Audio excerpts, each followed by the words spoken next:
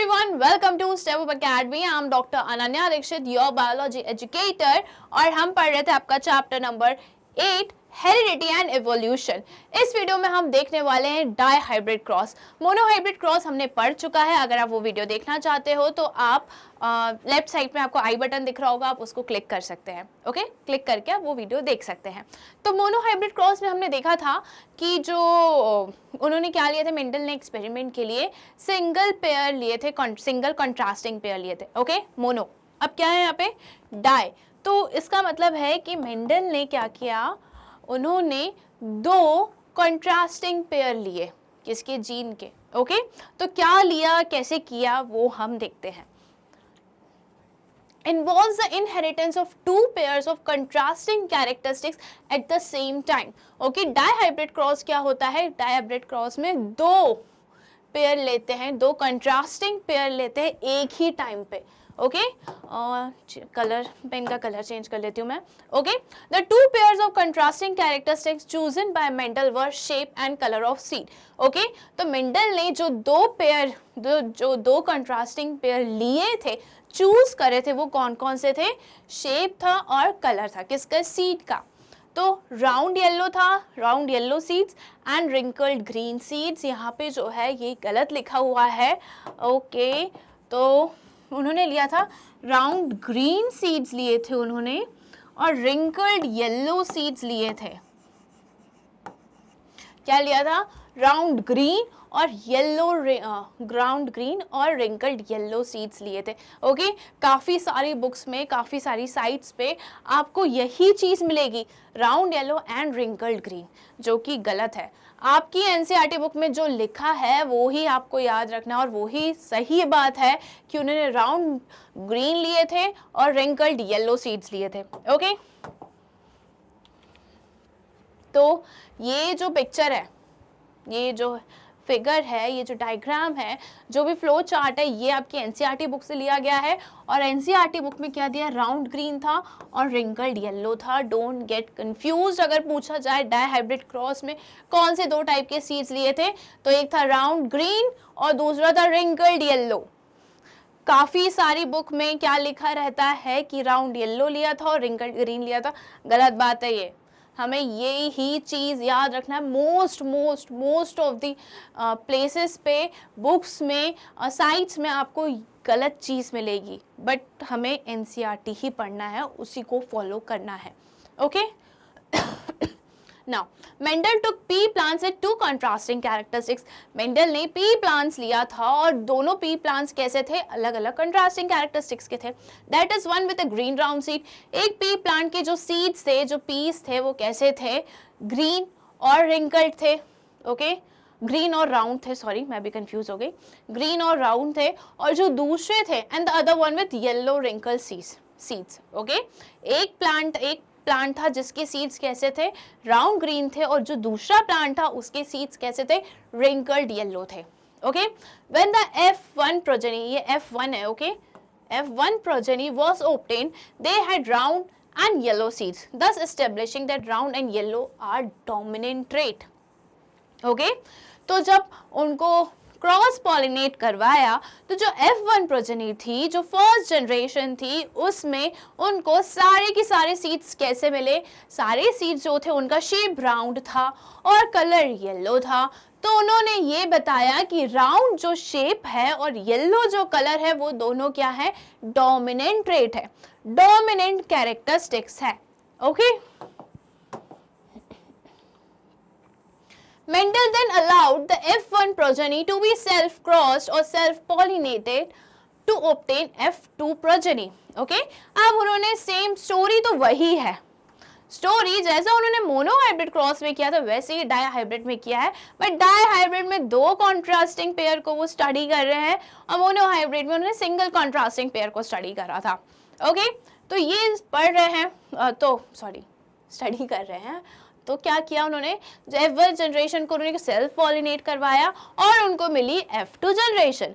F2 generation में उन्होंने देखा कि सीड्स जो थे, he found the seeds were round yellow. Seeds कैसे थे, राउंड येलो थे, उनको राउंड ग्रीन भी मिले, उनको रिंकल्ड येलो भी मिले, and some were wrinkled green.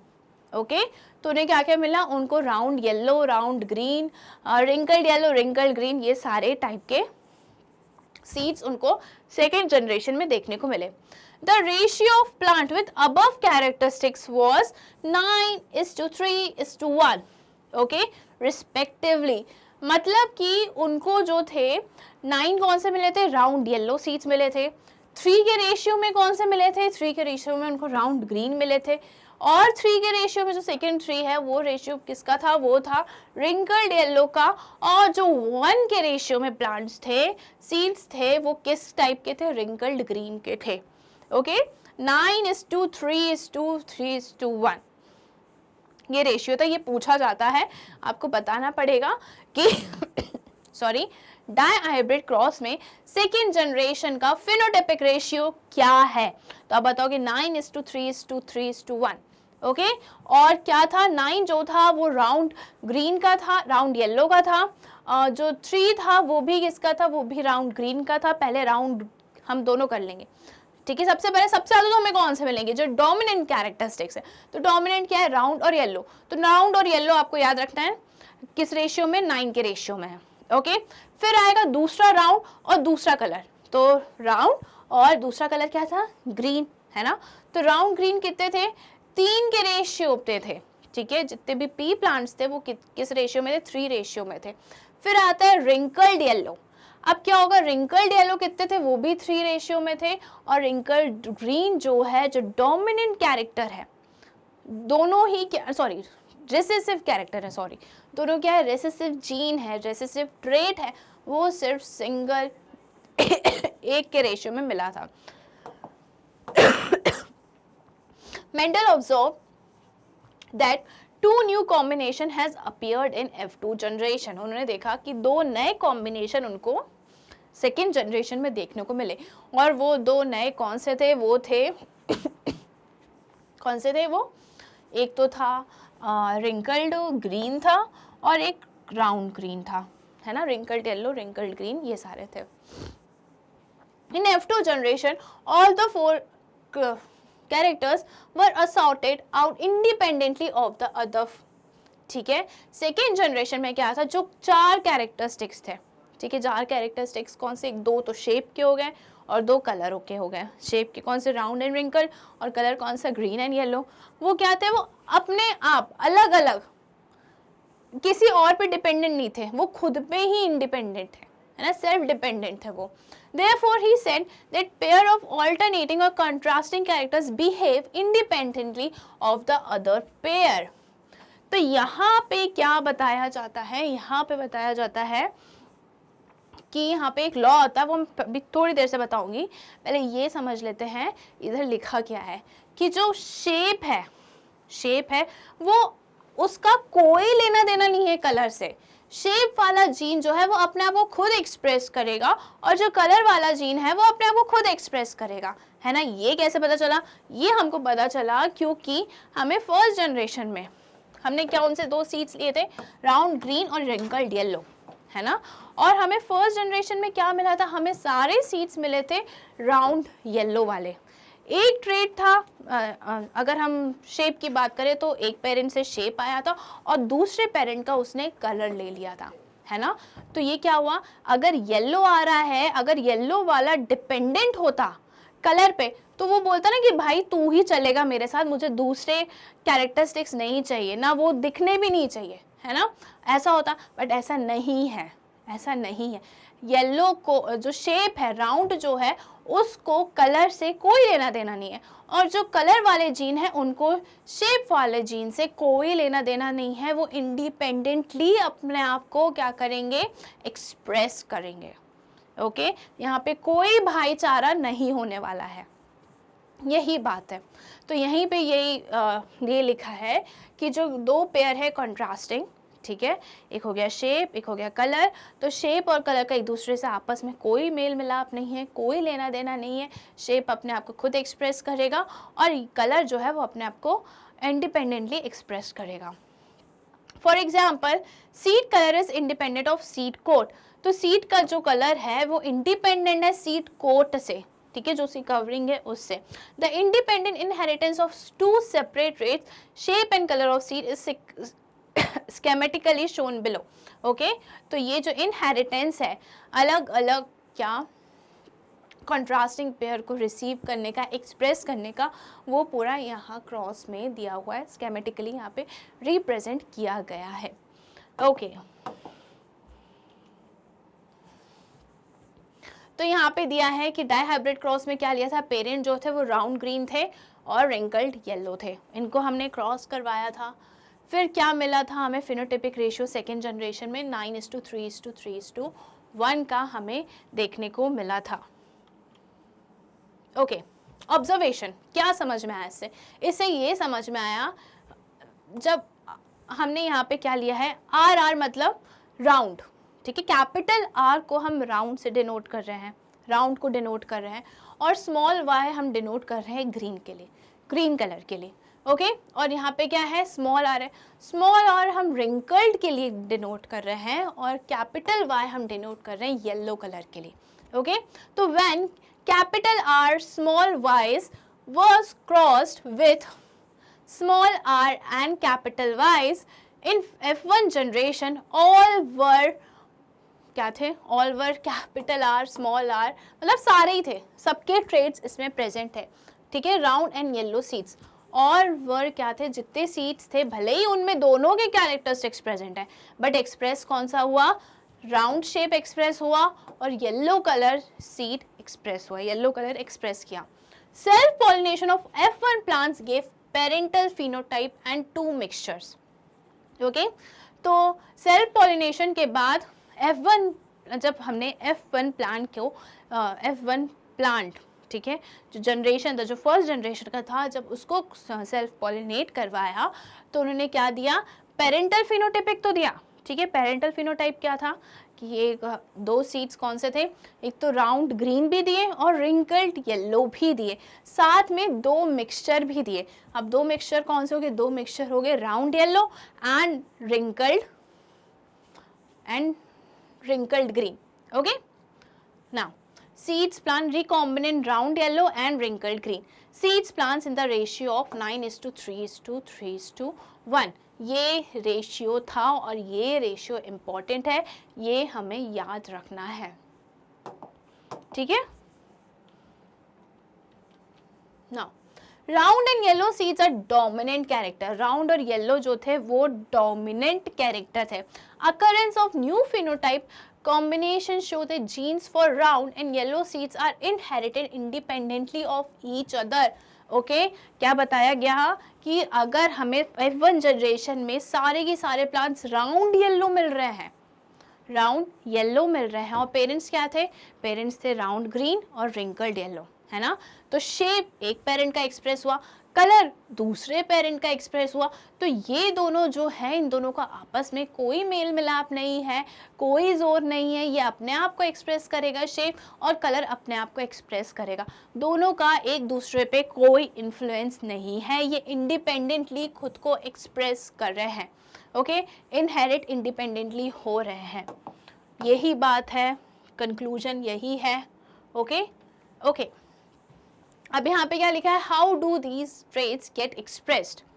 Okay तो इससे पहले मैं ये बता दूँ आपको कि ये जो डाइहाइब्रिड क्रॉस है, इससे ये लॉ प्रूफ होता है जो मेंडल ने दिया था, लॉ ऑफ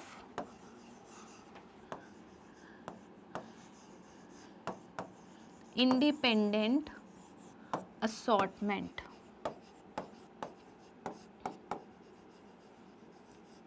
मतलब कि ट्रेट जो हैं, जो 2 अलग ट्रेट्स हैं, तो जो अलग पेयर हैं, कंट्रास्टिंग पेयर है, उनका एक दूसरे से कोई लेना देना नहीं है। जैसे कि यहाँ पे हमने देखा शेप का कलर से कोई लेना देना नहीं है।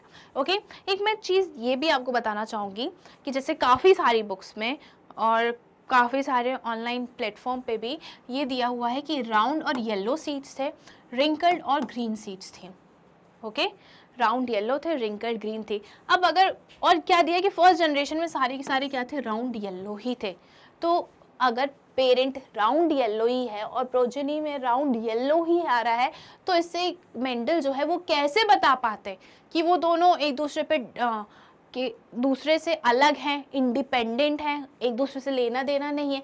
वो तो ये बता देते ना कि जो पेरेंट्स का था वो सारे की सारे जो कैरेक्टरिस्टिक है, एक मतलब अगर फादर के कैरेक्टरिस्टिक एक भी अगर कोई डोमिनेंट है तो वो सारे कैरेक्टरिस्टिक्स को, सारे जीन्स को दूसरे पेरेंट के जीन्स पे क्या बना देता है, डोमिनेंट बना देता है ना। बट ऐसा नहीं हुआ, उन्होंने क्या कंक्लूड किया कि इंडिपेंडेंट है ना। तो एक जो है एक कैरेक्टरिस्टिक फर्स्ट पेरेंट का था तो दूसरा कैरेक्टरिस्टिक दूसरे पेरेंट का आया था। ओके, अगर सेम होता तो वो इस कंक्लूजन पे पहुंच ही नहीं पाते।